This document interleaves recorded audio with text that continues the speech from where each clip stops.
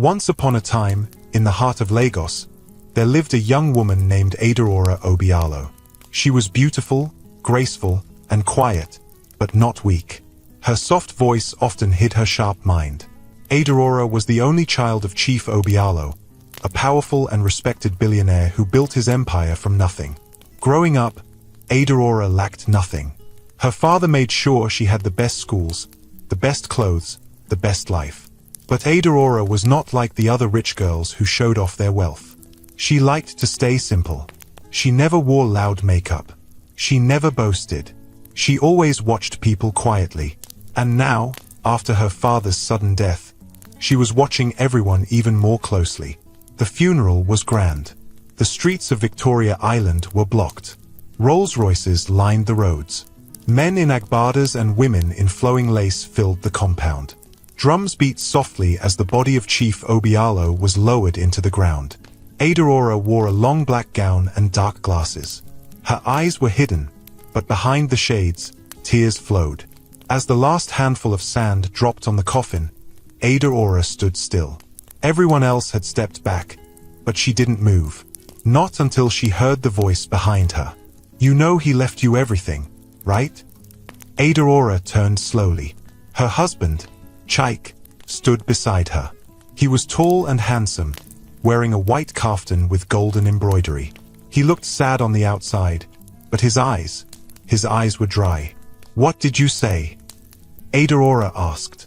"I said, your father. He left you everything. The company, the estates. You are the Obialo now," Chike said with a small smile. Adaora said nothing. She just nodded slowly and looked back at the grave. It wasn't the first time she had heard such talk. Since her father's death, everyone had been speaking to her differently. Her uncles, her cousins, even her mother's side of the family. People who never visited before were now calling her every day. Some cried on the phone. Some begged. Some demanded. But all of them wanted something. She remembered her cousin Jike who had laughed at her years ago, calling her the useless rich girl. Just last night, he sent her a message saying, "You're the head of the family now. We need your support." Even Chike had changed. They had only been married for 9 months. When they met, he was kind. He was thoughtful. He used to hold her hand tightly in public. Now, he looked at her like she was a bank account. That night, after the burial, Adaora sat alone in her room. The windows were open. The wind was soft. The photo of her father was on her bedside table. She picked it up. "Daddy," she whispered, "they only loved you for your money. Now they're doing the same to me." She sat for a long time in silence. Then, slowly, an idea began to grow in her heart. "What if I wasn't rich?" she said out loud. Her eyes lit up. She sat up straighter. "What if I lost everything? What would they do then? Would Chike still love me? Would they still call me? Would they still respect me?" That night, she didn't sleep. The next morning, she called her late father's lawyer, Mr. Madu. "Good morning, Adaora. I was just going to call you," the old man said. "I need your help," she said calmly. "I want to hide my wealth. I want everyone to think I've lost everything." Mr. Madu paused. "Why would you do that?" "I need to know who truly loves me," Adaora said. "I need to know the truth." "Are you sure about this? The plan is risky. It could change everything." "I'm sure," she replied. And so, the plan began. Adaora signed documents that moved all her assets into secret trusts. Her accounts were closed. Her shares in the company were transferred under a blind trust. Properties were seized by the bank as part of a staged debt scandal. Even her mansion in Ikoyi was sealed off by a team of hired actors pretending to be EFCC officials. The news spread like wildfire. Obialo Empire collapses after death of founder. The headlines carried her face. TV stations ran breaking news all day. Calls poured in. Some friends tried to act concerned, but Adaora could hear the judgment in their voices. "So sorry about what happened. I didn't know the company was so unstable. Iya, will you be okay?" Chai. Life is truly unpredictable. But no one asked how she was feeling. They only wanted to know what she still had left. The worst call came from her uncle.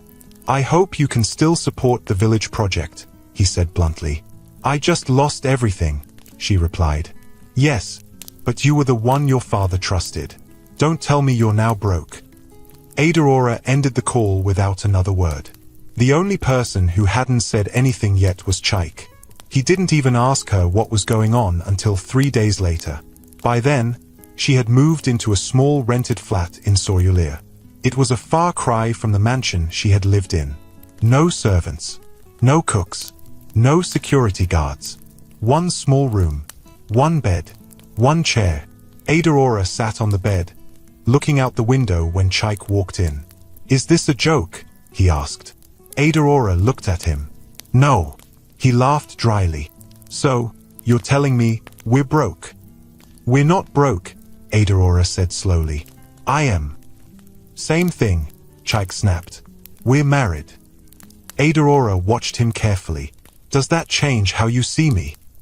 Chaik didn't answer immediately. He picked up a glass of water, drank, and dropped it hard on the table. "You should have told me," he said sharply. "I needed to be sure of something," she replied. Chaik turned to face her. "What?" "That you married me for me. Not for my name. Not for my father's money." His face changed. His eyes narrowed. "So this was a test." Aurora didn't speak. "You brought me into your life, into your world, and now you want to see if I'm loyal." She nodded slowly. Chaik walked towards the door, paused, then turned back. "Let's see how long you last." And he walked out.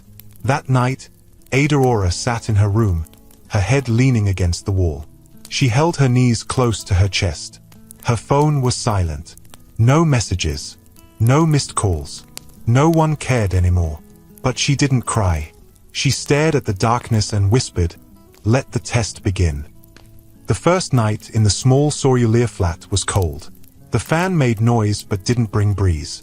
Aurora lay on the small bed, staring at the ceiling. She could still feel her father's hands holding hers, his voice saying, "Don't ever let this world change your heart." But the world was already doing just that. In just 1 week, she had lost everything on the outside. Her house, her cars, her friends. But what hurt most was the change she saw in Chaik. The man who once kissed her forehead every morning now walked around like she was a mistake. The next morning, Aurora woke up early and made breakfast, plain bread and tea. It felt strange. In her father's house, breakfast came in trays with fruits, eggs, even flowers. But now, she was spreading margarine on sliced bread with shaky hands. When Chaik came out from the other room, his eyes went straight to the food. "This is what we're eating?" he asked with a frown. "It's what we have," Aurora said gently. He hissed and sat down. "You could have at least added eggs," he muttered. "There's no money yet for eggs," she said, trying to smile. He looked up sharply. "No money? Are you not the same Aurora Obialo?" "I told you," she said slowly, "everything is gone. This is real." Chaik threw the bread back on the plate. "Then maybe you should call those people who froze the accounts. Do something. This life is not for me." Aurora stood up and walked into the tiny bathroom. She didn't want to cry in front of him. That day, she sat by the window, thinking. Her phone stayed silent again. None of her so-called friends checked on her. Nobody asked where she had gone. No one cared that the heiress of the Obialo Empire had vanished into thin air. Later that evening, Chaik came home with a nylon bag. He threw it on the table and said, "Bought noodles. Make it fast. I'm starving." Aurora nodded. "All right." She boiled water, added the seasoning, and watched the steam rise from the pot. She felt strange. Not because she couldn't cook. She had learned to cook years ago. But because Chaik didn't even say thank you. She placed the food before him. Chaik ate fast. Not a single word. When he finished, he looked at her. "I need cash tomorrow." "For what?" she asked. "For transportation. Or do you want me to trek to the office?" She hesitated. "I only have 1,000 left." Chaik stood up. 1,000? Are you joking? "No." That's all, she whispered. Chike laughed coldly. You're really useless like this. Aurora blinked. What did you say? He picked up his bag. Forget it. I'll find a way. You think this suffering life suits you? Let's see how long you last. And again, he left. Adeora's hands shook as she picked up the plate. She walked slowly to the sink. As she washed it, tears dropped into the water. But she didn't make a sound. Later that night, she sat on the floor and whispered to herself, he doesn't love me. He never did. Days passed. The rent was paid for only 1 month, and the food in the cupboard was reducing fast. Aurora tried to ask Chike for help, but each time, he gave her the same reply. Ask your father's ghost. On the 5th day, they had a fight. Aurora sat in the room, going through a notebook where she was writing down her daily spending. She wanted to be sure she used every naira wisely. Chike came in, sweating. No light again, he said. Yes, I noticed, Aurora replied. And no fuel in the gen, he added. I didn't plan for fuel money today. He walked to her, stood in front of her. You're enjoying this, aren't you? You want to punish me. No, Aurora said quietly. I'm punishing myself. But I need the truth. And the truth is, you're not the man I thought you were. Chike's face twisted. You planned all this just to watch me suffer. I planned this to see who will still hold my hand when everything is gone. He turned away. You're selfish. You call this love. You married me because you loved me, right? Chike turned back and looked straight at her. I married you because of your name. Because of your father's money. That's the truth. Aurora felt like the air had been kicked out of her chest. He added, and now that all that is gone, what's left? This tiny flat? This empty life? You! She stared at him in silence. He shook his head. You better wake up, Aurora. Because if you think I'll carry your shame with you, you're dreaming. That night, Aurora didn't sleep. She just sat by the window, listening to the sounds of motorcycles, generators, and crying babies in the neighborhood. The next day, she decided to go out. She needed to clear her head. She wore a long skirt and plain top, tied a scarf around her hair, and locked the door. She walked slowly down the stairs of the apartment building. As she reached the bottom, someone called out, Madam Aurora. She turned. It was an old woman from the flat beside hers. You day go out? The woman asked with a kind smile. Aurora nodded. Yes, just to breathe small. Make you no stay too long. Sun day hot. Aurora smiled faintly. Thank you, Ma. She stepped out and began to walk. The roads were rough. Dust filled the air. Hawkers shouted. Buses honked. Children ran barefoot. She felt like she was in another world. As she crossed a narrow road, her phone rang. She looked at the screen. It was her old friend, Uchichi. Her heart jumped. Maybe someone finally cared. Hello. Aurora, is it true? Uchichi asked quickly. What? That you're poor now? Aurora paused. Yes. Silence. Then Uchichi said, I wanted to invite you for my bridal shower. But I don't think you'll feel comfortable. The girls attending are, you know, on a certain level. Aurora smiled sadly. It's fine. All right. Take care. The call ended. Aurora dropped the phone into her bag. Her eyes were wet, but she didn't cry. She turned back. She was tired. Tired of trying to explain. Tired of hoping someone would understand. As she walked up the steps to her flat, her slipper caught the edge of a loose tile. Her leg twisted. She screamed. And then, everything went black. When Aurora opened her eyes, the first thing she saw was white light. A fan turned slowly on the ceiling. She couldn't move. She tried to sit up, but pain shot through her spine. She gasped. A nurse rushed in. Madam, please don't move. Where am I? Aurora asked in a shaky voice. General Hospital. You fainted and fell. Some neighbors brought you. My back. It hurts. The nurse looked nervous. "Madam, the doctor will explain." A few minutes later, the doctor walked in. A middle-aged man with kind eyes. "Good evening, Ada. I'm Dr. Emeka.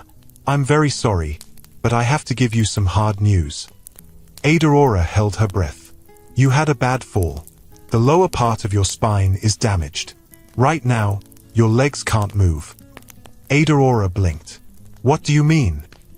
"You are currently paralyzed from the waist down." Her lips trembled. "You mean I can't walk?" The doctor looked away. "We'll still run more tests. But for now, yes. You'll be in a wheelchair." The words hit her like thunder. She turned her head to the side. The tears came slowly. Hot.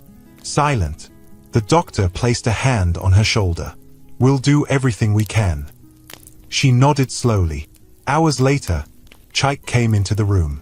He stood by the door, holding his phone. "They said you fell," he muttered. She turned her face to him. "I can't walk," she whispered. Chaik didn't move closer. "I'll be in a wheelchair," she added. Chaik scoffed. "So, first you lose the money, now you lose your legs." Adeora's eyes widened. "Maybe God is punishing you for testing people," he said coldly. "Chaik." He walked closer. "You think I signed up for this? A broke, crippled woman." She covered her mouth with her hand. The pain in her heart was worse than the one in her back. "You'll be discharged soon," he said. "Don't expect me to carry you around." He left. Ada lay in the hospital bed, her hands shaking. She looked at her legs. They didn't move. She closed her eyes and whispered, "This is more than a test now. This is war." The day Ada was wheeled out of the hospital, the sky looked gray. The clouds hung low, and everything felt cold. She sat in the wheelchair quietly, staring ahead as two nurses helped her down the ramp. Her body was weak, but her heart felt weaker. Chaik stood by the hospital gate, holding his phone and chewing gum. He didn't look up when the nurses brought her forward. He didn't even say a word of greeting. He just stood there like someone waiting for a package to be delivered. "Sir, please help us carry her into the taxi," one nurse said politely. Chaik rolled his eyes. "You people have hands. Push her inside." Adeora's lips pressed together. She didn't say anything. She had cried enough in the hospital. She had cried when she first realized her legs were no longer working. She had cried when Chaik visited only once in 4 days. And she had cried the most when she saw the way he looked at her now, like a broken object. When they got to the flat, Chaik opened the door and stepped inside. He didn't wait to help her in. Ada struggled to push the wheels over the small step at the entrance. The pain in her arms made her wince. Her body was still healing. The doctor had warned her not to strain too much. The wheelchair got stuck. "Chaik," she called softly. He was already sitting on the couch, scrolling through his phone. "Chaik, please help me." He sighed loudly. "Must I do everything now? I can't lift it over the step." He stood up slowly, walked over, and without saying anything, grabbed the handles and pushed the wheelchair inside. "There," he said, letting go quickly. Ada wheeled herself to the corner and looked around. The room felt smaller than before. Everything looked darker. She could feel her life closing in. Chaik picked up the remote and turned on the TV. "So what now?" he asked without looking at her.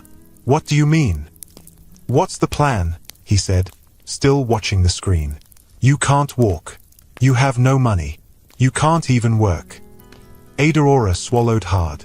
"The doctor said I'll start physiotherapy next week." Chaik scoffed. "With which money?" "I'll find a way." He turned to her slowly. "Ada, you're not the same person I married." She nodded. "I know." He stood up and faced her fully. "And I'm not sure I can keep doing this." She stared at him. "Doing what?" "Pretending," he said sharply. "Pretending to care. Pretending this is a marriage." Ada looked down at her lap. Her fingers began to tremble. "You used to be someone," he said coldly. "A big name. Obialo's daughter. People respected you. Now, look at you."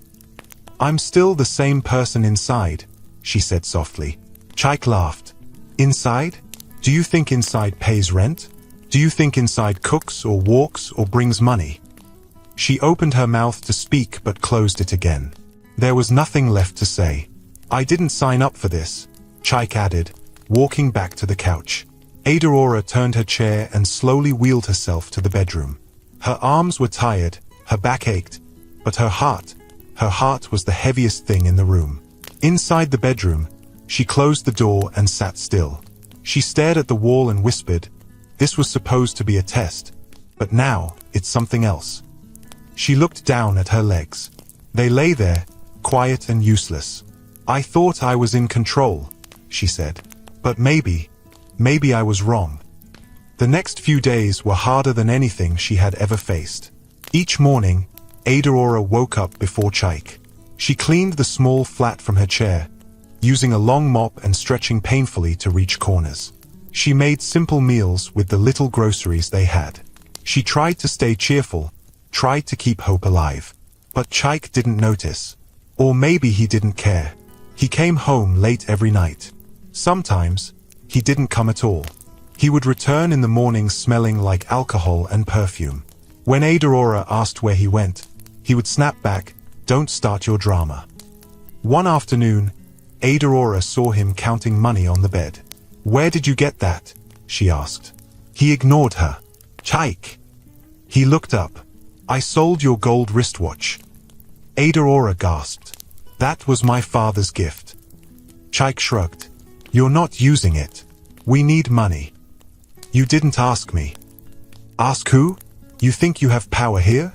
You can't even move your legs." Adeora's chest tightened. He stood and walked out. She sat alone for hours, staring at the empty spot on the wall where her father's portrait once hung. She had hidden it the day she fell, but now she wished she could talk to it. "Daddy," she whispered, "I thought I was strong. I thought I could find out the truth. But I didn't know the truth would hurt like this." Her eyes filled with tears again. One evening, Chaik brought a visitor to the house. A slim woman with long fake lashes, wearing a tight dress and heavy perfume. Adorora was in the room when she heard them laughing in the sitting room. "Your place is small but cozy," the woman giggled. "Yeah, don't mind it," Chaik replied. "I'm just here temporarily. Once business picks up again, we'll move." Adorora rolled herself to the door and opened it slightly. She could see them sitting close. Too close. "Your wife doesn't mind?" the woman asked in a low voice. "Mind what?" Chaik said. "That one doesn't know what's happening around her." The woman giggled again. Adeora's hands gripped the wheels tightly. She backed into her room and closed the door. Later that night, she confronted him. "You brought a woman into our home," she said as he changed his shirt. "She's a friend. Friends don't touch knees and whisper in corners." Chaik turned sharply. "Are you monitoring me now? This is still my house." "Really?" he snapped. "You think this dump is yours? You think you're still in Ikoyi?" Adorora looked away. "You don't own anything anymore," he said cruelly. "You're just a broken woman stuck in a chair." She felt her chest rise and fall with pain. "You didn't even ask if I was okay when I came back from therapy today," she said quietly. "I didn't have to. You're still breathing, right?" Adorora said nothing. "You're lucky I haven't left you yet," Chaik added. That night, she slept with her back to him, tears soaking her pillow. Weeks passed. Each day became harder. The physiotherapy was painful. The doctors encouraged her, but progress was slow. Her legs remained numb. Her arms grew stronger from pushing the chair, but her heart remained tired. One morning, after Chaik left the house, Adorora tried to stand. She grabbed the wall and pushed herself up, using her arms. Her legs shook. Pain shot through her spine. She collapsed. She lay on the floor, breathing hard, her face pressed to the cold tiles. She whispered, "I will not give up." Slowly, she dragged herself to the bed, used her arms to climb up, and sat there panting. Her phone rang. It was her aunt. "Ah, Adorora." "Long time," the woman said. Auntie, good morning. I heard you had an accident. Iya. Yes, I'm getting better. Good. So, your cousin needs help with school fees. Adaora blinked. I don't have money right now. Silence. So the news is true? You're truly broke. I'm fine, Auntie, but I can't help now. Ah, God help you. Oh, it's not good for a woman to be helpless. Take care. The call ended. Adaora looked at her phone and laughed bitterly. The laugh turned into a sob. She whispered, "Nobody is calling to ask how I feel. They only call to collect." She dropped the phone and stared at the ceiling. That evening, when Chaik returned, he threw a plastic bag at her. "Eat. I brought food." She opened it. It was stale jollof rice. She looked up. "Thank you." Chaik sat and pulled off his shoes. "I'm going out later." "Again?" "Yes." "Where do you go every night, Chaik?" He didn't answer. "Chaik, please talk to me." He looked at her coldly. "I have nothing to say to you. I'm still your wife." "No. You're just a problem I have to manage." Adaora's lips trembled. "Do you hate me that much?" "I don't hate you," he said, standing up. "I just don't feel anything anymore." And he walked out. That night, Adaora sat by the window. The room was quiet. She held her father's old handkerchief in her lap. "I didn't know this test would cost me everything," she said out loud. "I thought I would just see the truth and fix things. But now I don't even know how to stand again, literally and emotionally." She closed her eyes. "I'm tired, Daddy. So tired." But in her heart, something small remained. A tiny spark. A whisper. "Don't give up yet." She opened her eyes, wiped her face, and whispered, "I will not let this destroy me. Even if I'm in a wheelchair for life, I will rise again." And for the first time in weeks, she believed it. Adaora woke up to the sound of the front door slamming. Her eyes opened slowly. She looked around the dim room. The sun had not yet fully risen. The air was quiet. Only the sound of her wall clock ticking filled the space. She turned her head slightly and saw that Chaik was not beside her. His side of the bed was empty. Again, it had become normal. He hardly spent nights at home anymore. Most times he came in late, and some nights, he never came back at all. Adaora stared at the ceiling and took a deep breath. Her body still ached from the last round of physiotherapy. Her arms were sore, and her back still throbbed. But the pain in her body wasn't what broke her. It was the silence. The way Chaik no longer looked at her. The way he walked past her like a piece of old furniture. She sat up slowly, grabbed the side of her wheelchair, and pulled herself in. She had become used to it now. Her arms were stronger, and her movements were faster. She wheeled herself out to the living room. The curtain was still drawn. The room was quiet. She looked around. No signs of Chaik. His slippers were gone. His bag too. She picked up her phone and checked the time. 6:12 a.m. No missed calls. No messages. She sighed and went into the kitchen to boil water for tea. There wasn't much in the house. The cupboard had 2 packs of noodles left, half a tin of milk, and dry Gary. The fridge hummed weakly. There was no light, but the generator had been run for 2 hours the night before, just enough to keep things cool. She made her tea slowly and sipped it in silence. Then, her phone rang. She looked at the screen. Unknown number. She hesitated, then answered. "Hello." The voice on the other end was sharp and female. "Is this Adaora?" "Yes." "Who is this?" The person laughed. "Wow. So it's true. You're really alive." "I don't understand." "Ask your husband," the woman said. "Since he's been lying to me for months." Adaora frowned. "Who are you?" "I'm the woman your husband has been sleeping with." Silence. Adaora's hand froze. The voice continued. "He told me you were sick, but I didn't know you were crippled too." "Yeah. So sorry." Adaora blinked slowly. Her fingers tightened around the phone. "I just wanted you to know. the woman added. He's not who you think he is. He's been coming to my house every weekend, saying he's tired of you, saying he wants to marry me. Aurora took a deep breath. Why are you calling me? Because I'm tired of hiding, and because I feel sorry for you. The call ended. Aurora sat there, frozen. Her tea was cold now. Her mind ran in circles. Her heart beat faster. She had suspected. She had seen lipstick on his shirt once. She had smelled perfume that wasn't hers. But she had never heard it from the mouth of another woman. She looked toward the door, and for the first time in a long while, she felt something rise in her. Not sadness, not fear, anger. Hot, silent anger. When Chaik returned around 9 a.m., Aurora was sitting by the door. He stepped in, smiling. Morning, he said casually. Where were you? She asked calmly. Chaik blinked. I went to buy something. At 6 a.m. He looked away. I passed the gym too. Aurora nodded. Who is Amora? Chaik paused. Who? Don't lie, Chaik. Amora. Who is she? He dropped his keys slowly. What did you hear? She called me. He laughed, but his voice was shaky. She's mad. She doesn't know what she's saying. She said you sleep in her house. That you want to marry her. Chaik raised his voice.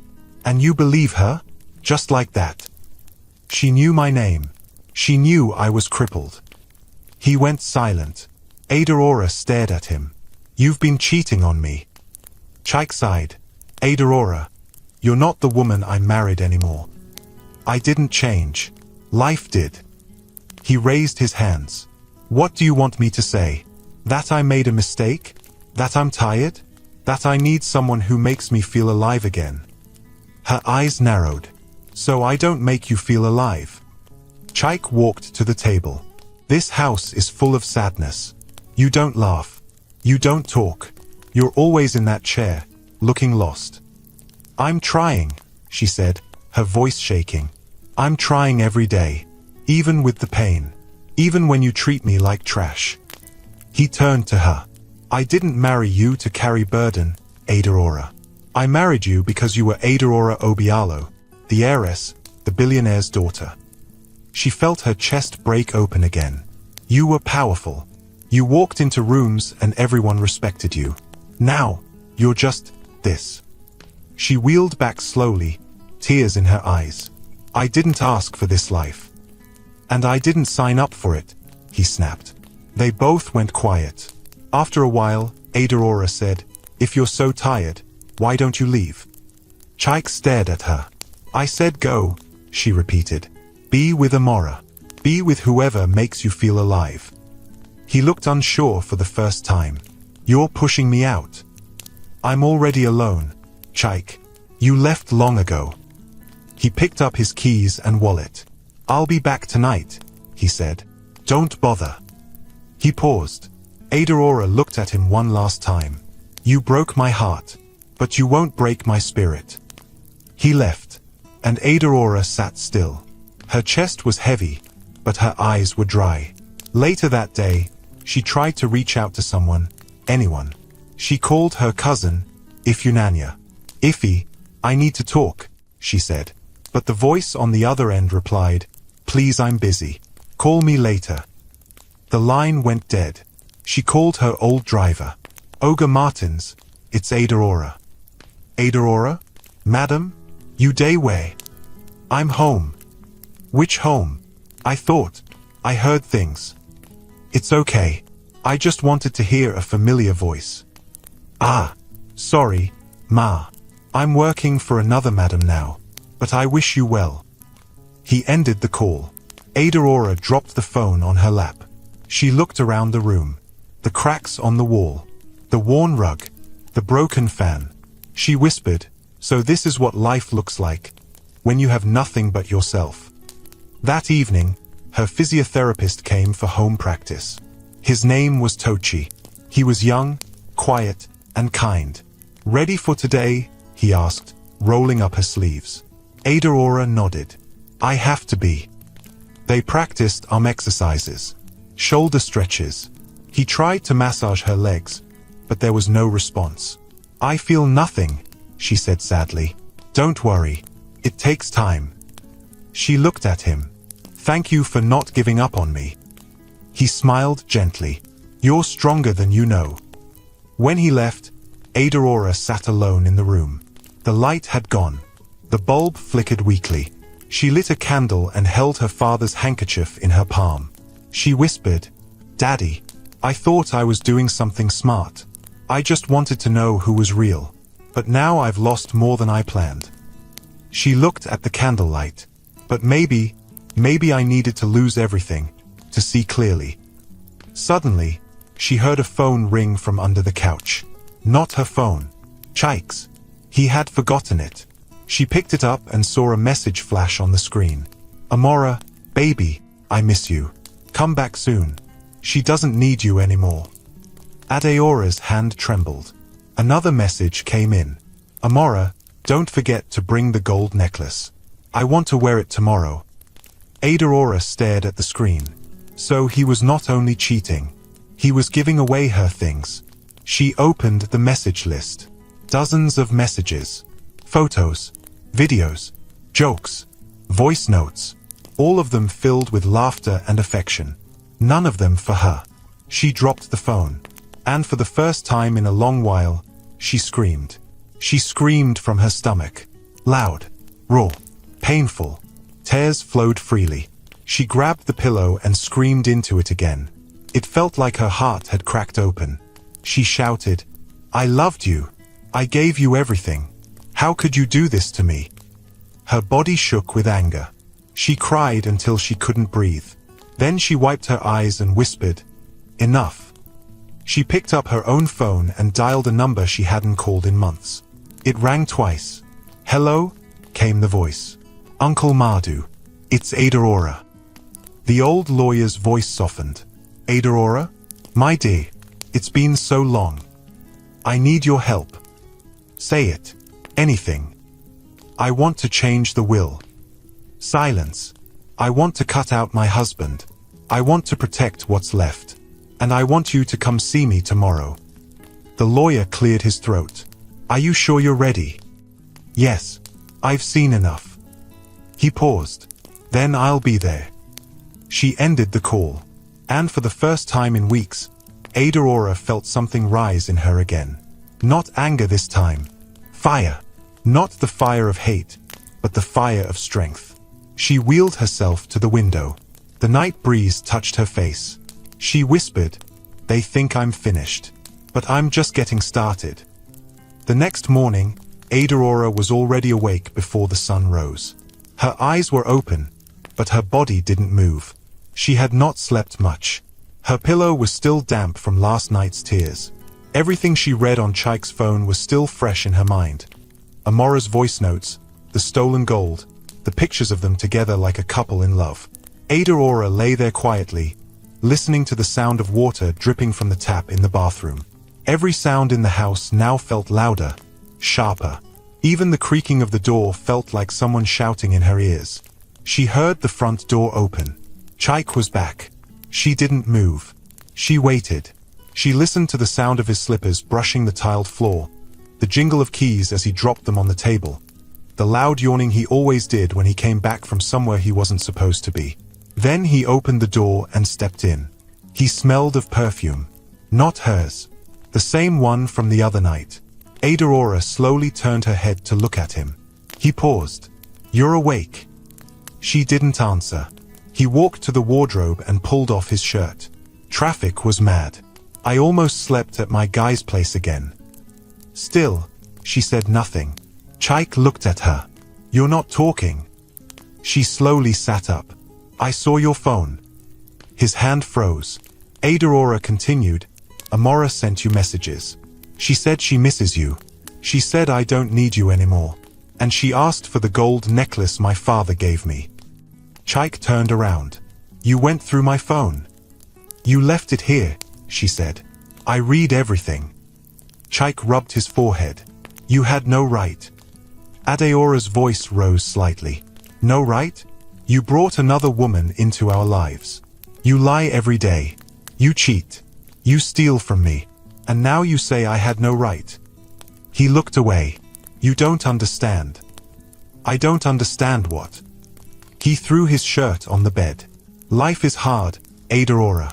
You think it's easy for me to carry this new version of you? You can't even stand. I go to work, I come home, I feed you, I take care of this house. And you sit in that chair and watch. I sit in this chair, she said, her voice shaking, because I fell while trying to survive in the poor life you never helped me adjust to. He shouted, I didn't marry a cripple. Silence. The air stopped moving. Aurora blinked slowly. Chike turned around, breathing heavily. I'm tired, Aurora. I'm tired of pretending that I'm okay. I'm tired of seeing you like this. She lowered her eyes. Then why are you still here? He stepped closer. Because I thought maybe, just maybe, the old Aurora would come back. The rich one? She asked. He nodded. She stared at him for a moment. She's gone. He exhaled loudly, picked up his bag, and left the room. Aurora sat there for a long time. Her hands rested on her lap, her face calm, but inside, everything was shaking. She felt something crack inside her. Something that used to hold her together was breaking apart. A knock came at the door. She wiped her eyes quickly and wheeled herself to the sitting room. She opened the door. It was Uncle Madhu, her late father's lawyer. He looked older than she remembered. His white beard was longer, and his eyes looked sad when they saw her in the wheelchair. Aurora, he said softly. Uncle, she whispered. He stepped in and hugged her. I'm so sorry. I had no idea it was this bad. She pulled back. Come and sit. He sat down, placing his briefcase on his lap. I came as soon as you called. Tell me everything. She nodded. After Daddy died, I felt like everyone loved me only for the money. I wanted to know who was real. So I moved everything. I made it look like the Obialo Empire crashed. I became poor, just to see. Uncle Madhu was quiet. She continued, now I know. My husband doesn't love me. My family disappeared. My friends left me. I'm alone.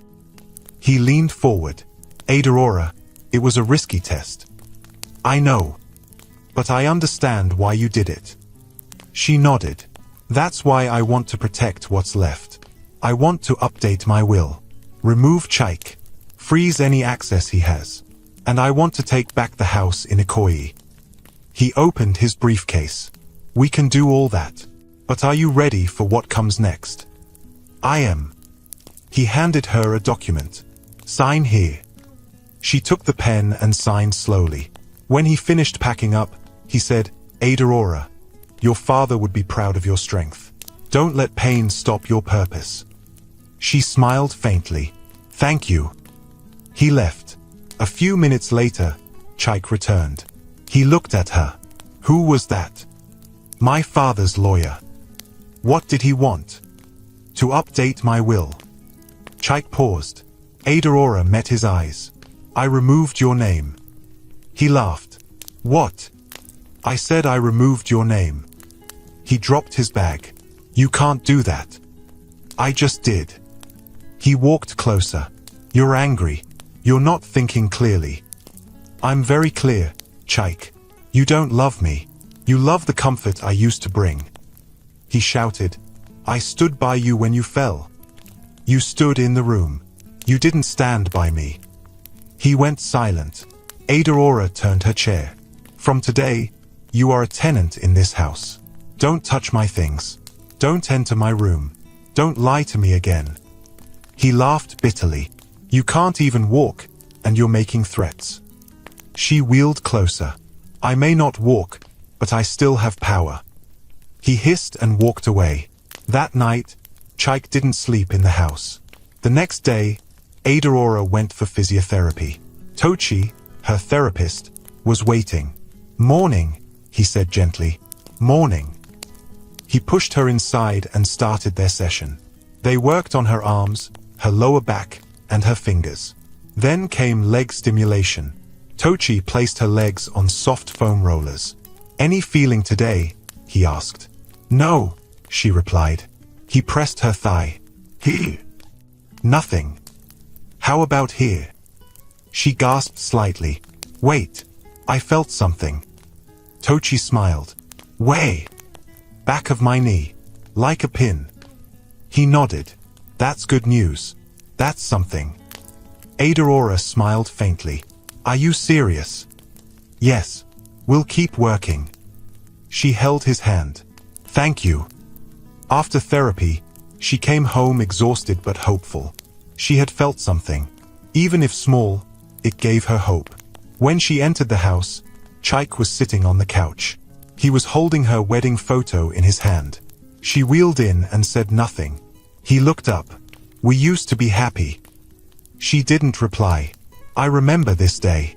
You wore that lace gown you loved. Everyone said we were perfect. She looked at the photo.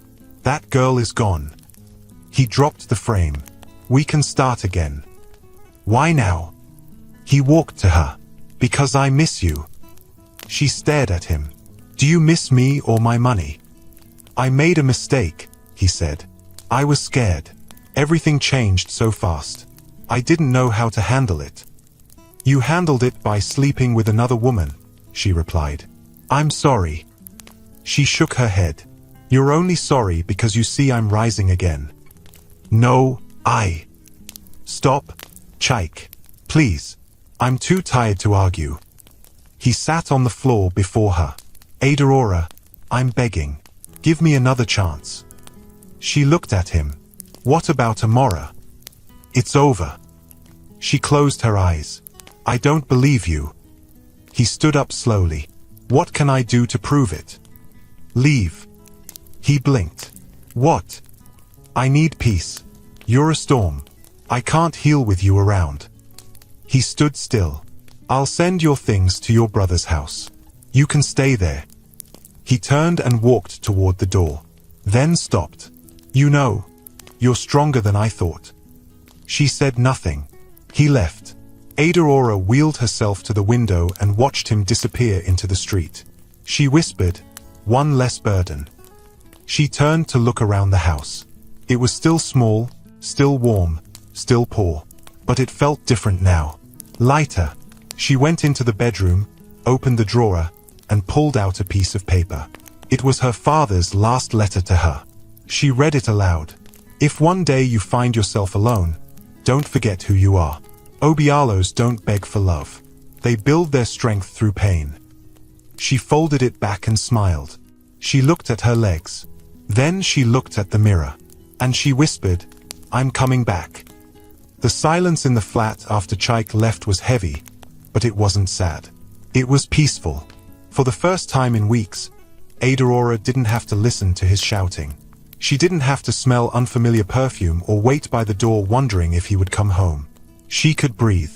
That night, she cooked herself a simple dinner, boiled yam and palm oil. She did it slowly, one step at a time. She sliced the yam from her chair, boiled it, and poured red oil in a small bowl with pepper and salt. It wasn't fancy, but it reminded her of when she was a child, when things were simple. As she ate, she thought about her journey. From billionaire's daughter to poor woman in a wheelchair. From a loved wife to a forgotten one. From being surrounded by people to being left alone. But despite all that, she was still standing inside, even if her legs were not. She whispered to herself, this pain will not last forever. The next day, she went to therapy again. Tochi was waiting for her with a bright smile. You're looking stronger today, he said. Adaora smiled. I feel stronger. They worked harder than before. He helped her try a new movement, bending her left knee while lying flat.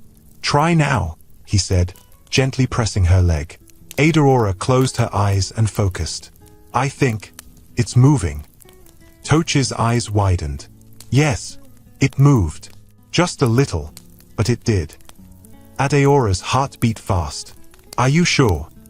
Yes, we're getting somewhere. She smiled and laughed for the first time in weeks. A real laugh. When she returned home, she sat in the sitting room and thought, maybe this is how healing begins, little by little. That evening, Around 8:30 p.m., she heard keys at the door. Her smile faded. She had already told Chaik to leave. But there he was, opening the door like nothing happened. He stepped in, looking tired and restless. Aurora said nothing. He didn't greet her. He dropped his bag on the floor and sat down heavily on the couch. "I just came to pick some things," he said without looking at her. She nodded once and turned her face away. He walked into the room. Aurora wheeled herself slowly behind him, watching silently. She stopped outside the bedroom door. He picked up his small suitcase and began packing his clothes, talking to himself under his breath. She stayed silent. Then, he pulled out his phone and dialed. Aurora froze. He didn't know she was behind the door. The call connected. "Hello? Babe," he said in a soft voice. Adeora's heart started beating fast. "I just came to get the rest of my things." "Yeah, she thinks I'm leaving for good." "No, she doesn't know a thing." He paused and chuckled. "I told you, N.A. Once I get access to her documents again, we'll disappear. Don't worry, baby. I'll get the house, the rest of her jewelry, and whatever small money she's hiding." Aurora felt like the walls were closing in. "I've already made her sign some forms when she was weak. She didn't read them. I just need one more signature. Then everything is mine." She couldn't believe what she was hearing. He had lied. He never left because he was sorry. He came back to finish what he started, to take what was left of her. "Yes, I'll pretend a bit longer. After that, I'll dump her and we'll move to South Africa or Ghana. Somewhere fresh." Adeora's hand tightened on the wheel. Her fingers shook, but her eyes were dry. Chaik laughed again. "She's too soft. She won't fight. She's just there, rolling around like a quiet ghost." That was it. She rolled back slowly, carefully, quietly. When she got to the sitting room, she picked her phone with shaking hands and pressed record. She had to protect herself now. A few seconds later, Chaik walked out of the room. He saw her and smiled. "I just packed some clothes. I'll be going." She looked up at him, calm but cold. "You should go fast. Someone is waiting." He paused. "What do you mean?" "Amora." His face changed. "You've started again." "No, Chaik. You're the one who started. I just listened." He frowned. "Listen to what?" "Your call. Just now. I heard everything." His eyes widened. "You were eavesdropping." "I was in my house." He dropped the suitcase. "Listen." She raised her hand. "Don't lie. Don't twist it. You came back to take what's left of my life. But you failed." He pointed at her. "You don't have proof." She pressed play on the recording. His voice filled the room. "Once I get access to her documents again, we'll disappear. I told you, N.A. She didn't read them." Chaik rushed forward to grab the phone, but she rolled back quickly. "You touch me, I'll call the police." He stopped. "You're going to destroy me. You tried to destroy me first." "I was desperate," he shouted. "You think it's easy being with someone like you?" "No," she said. "I know it's not easy, but you made it hell." He looked at her like she was someone he didn't recognize. "You've changed." "Yes," she said, "and it's the best thing I've done."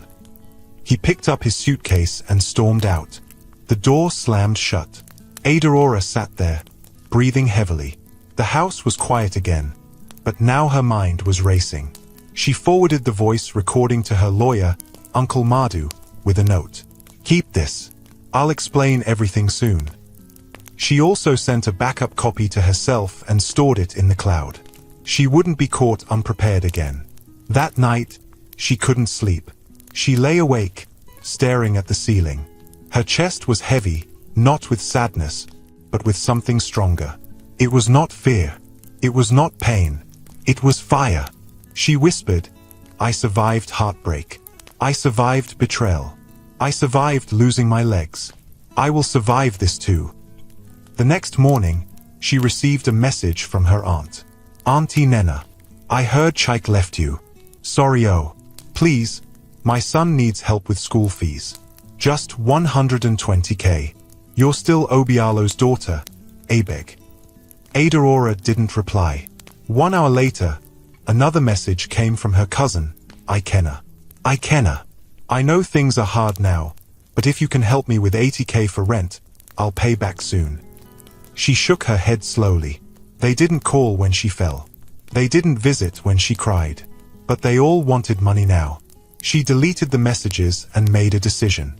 It was time to end the game. It was time to take her name back.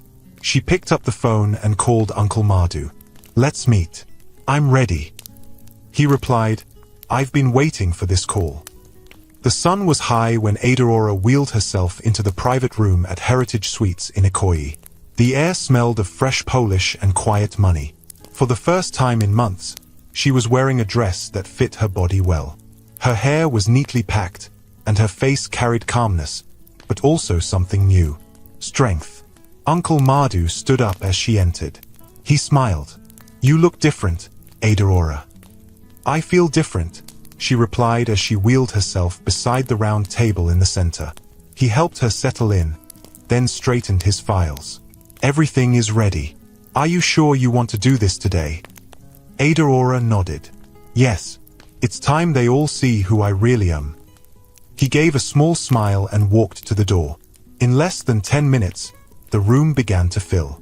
Her uncle, Chief Ease, her cousin Ikenna, her aunt Nena, even her distant sister Ngozi came in, dressed in gold earrings and dark shades like it was a party. Then came Chaik. He walked in late, dressed in his best outfit, fresh haircut, watch shining. He looked around and smirked when he saw the room full. Adaora didn't speak to any of them. They all sat down. The murmuring began. What's this about? She called us for meeting, after months. Maybe she's finally ready to return what's left of the estate. Chaik leaned back in his seat. She's looking fresh again. Something's up. Uncle Madu walked to the center and raised his voice. Good afternoon, everyone. My name is Barrister Madu, longtime legal advisor to the late Chief Obialo and his daughter, Adaora. We are here today for one reason, to address the final status of the Obialo estate and make certain announcements concerning the family legacy. The room quieted. He turned to Adaora. Madam, would you like to speak? She wheeled forward slowly. Her voice was calm, but firm. When my father died, she began, everyone said I was lucky, that I was now in charge. But soon after, when I acted poor, nobody stood by me. The room shifted. She looked around. I lost friends. I lost respect. Even my own husband left me emotionally, then physically. Some of you laughed behind my back. Some of you ignored me when I called. But today, I want to thank you. They stared in confusion. Because you helped me see the truth. Her uncle coughed. Ah, Adaora, if we wronged you, forgive us. We thought you were finished. The news was everywhere. Her cousin added, yes, and you were not picking calls. Adaora held up her hand. Don't lie. I was always reachable. You didn't care. They fell silent. Chaik crossed his arms. What's the point of all this, Adaora? You brought us here to shame us. Adaora turned to Uncle Madu and nodded. The lawyer pulled out a brown envelope and dropped a document on the table. This, he said, is proof that Adaora never lost her wealth. The Obialo Empire never crashed. She simply moved everything out of public view. Gasps filled the room. What? You mean? Wait, what are you saying? Chaik stood up. That's a lie. Madu opened the next file. All her shares were legally protected. The properties were never seized. The accounts were closed on purpose. This was a private test to see who loved her genuinely. Adaora looked straight at Chaik. And you failed. His face dropped. You cheated. You lied. You tried to steal from me even when I had nothing. You laughed with another woman while I sat in a wheelchair crying at night. Chaik stepped forward. You tricked me, Adaora. You played with my life. No, she said. You exposed yours. He shouted. You think you can embarrass me in public and go free? She calmly reached into her bag and played the audio again. I just need one more signature. Then everything is mine. Chaik froze. Eyes turned toward him. Chief Ease shook his head. Chaik, you said you loved her. I was angry. I didn't mean it. Aurora turned to her family. And you? All of you called me only to beg for money. You never visited. Never asked how I was surviving. Not even when I fell and couldn't walk again. Her aunt covered her mouth. Jesus. Aurora continued. But now you are all here, dressed in your best clothes, hoping to hear that I'm rich again so you can start collecting. Ikenna shifted uncomfortably. Ada, please, we didn't mean to abandon you. She looked at each of them one by one. You abandoned me the moment my father's money went silent. Uncle Mardu raised the final paper. Now for the big announcement. Chief Obialo's wealth is now fully restored under Adeora's name. She is the rightful head of the Obialo estate. She has chosen to cut off anyone who showed greed, disrespect, or betrayal. The silence in the room became heavy. He pointed at Chaik. You are no longer recognized as her legal spouse. All assets connected to you have been revoked. Divorce papers are already signed and awaiting delivery. Chaik's mouth dropped. No, wait, Aurora. Please, I can change. You already did, she said. And not in a good way. He rushed forward, but 2 hotel security guards entered and blocked him. Madam, should we escort him out? One asked. Yes, she replied without blinking. They carried him, kicking and shouting. You'll regret this, Aurora. You'll regret it. The door slammed shut. Her family sat still, afraid to move. Aurora turned to them. You may leave too. There's nothing here for you. Her aunt tried to plead.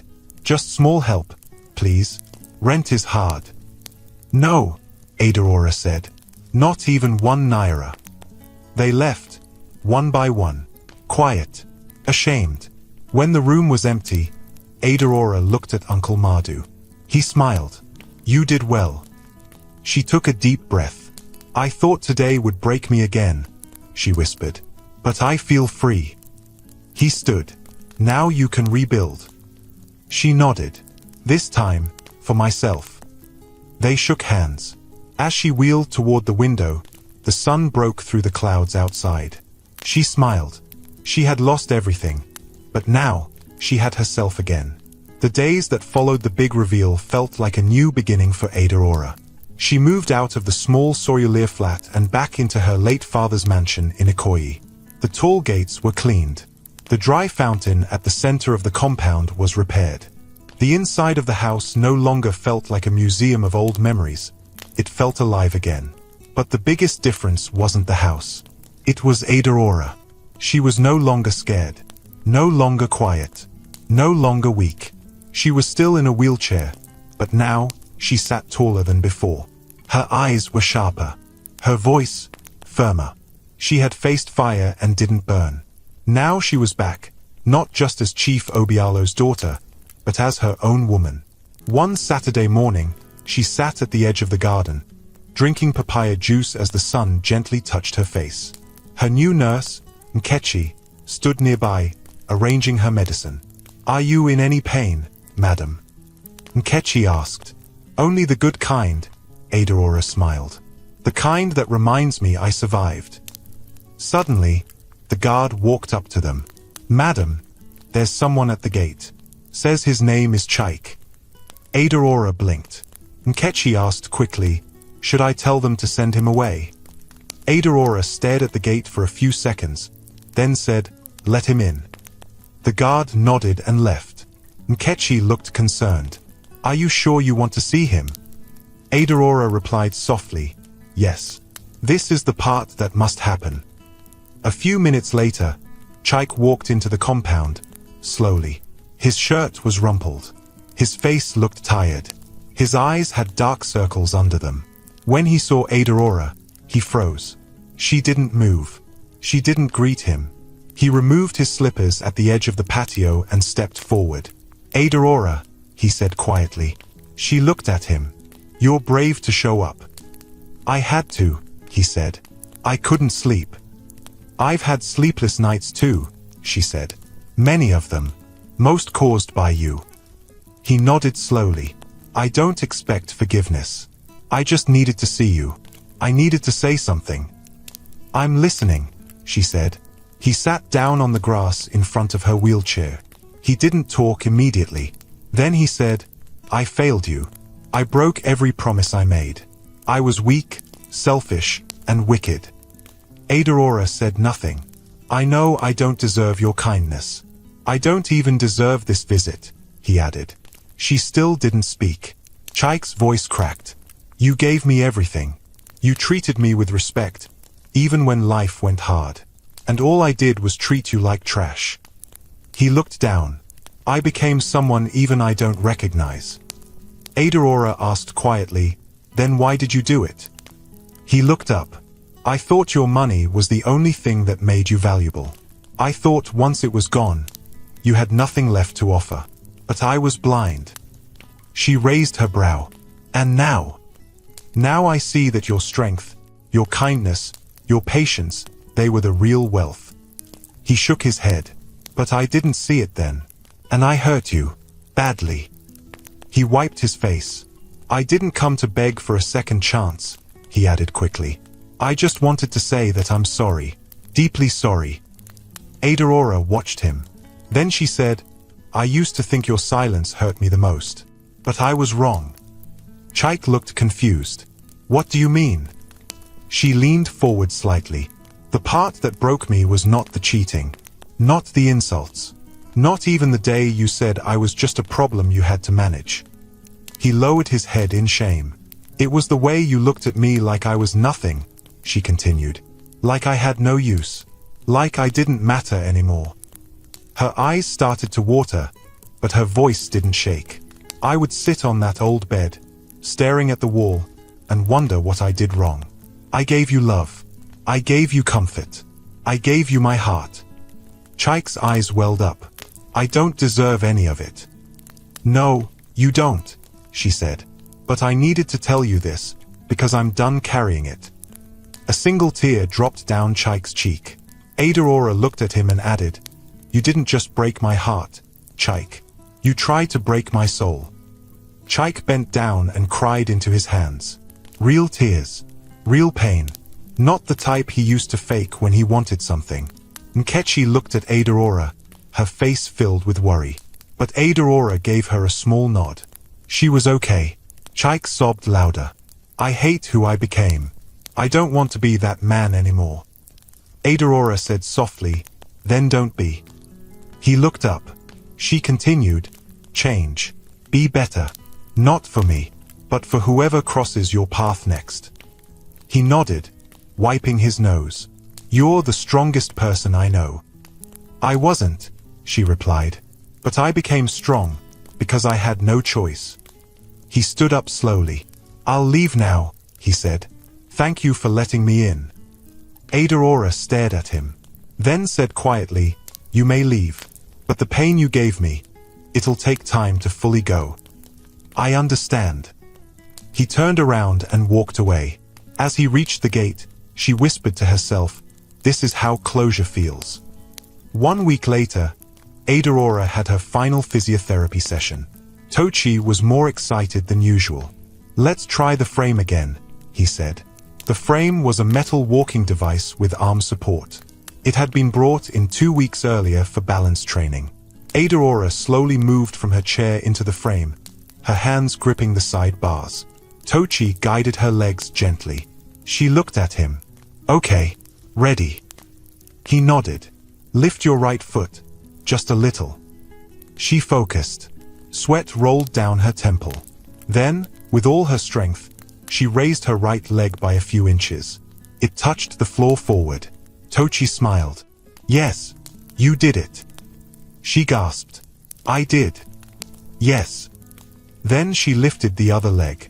Pain shot through her back, but she didn't stop. She took one shaky step, then another, then one more, and then she collapsed back into the chair. Tochi held her quickly. "You did it," he whispered. "You walked." Adaora laughed through her tears. "I walked. Only a few steps, but for her, it was like flying." She wiped her face and whispered, "Thank you, God." Months later, Adaora was sitting in the new boardroom of Obialo Holdings. The company had been rebuilt. The old staff had returned. Her late father's office had been cleaned and preserved, but she now used her own space. Her name was on the door. Adaora Obialo, CEO. She no longer wore black all the time. Her clothes were bright, her face glowing. Her wheelchair was still there, but now, sometimes, she walked small distances with help. Her board members respected her not because of her father, but because of her courage. Her story had spread quietly.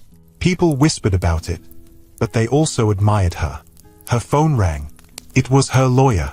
"Adaora," he said, "just letting you know. Your divorce case is officially closed.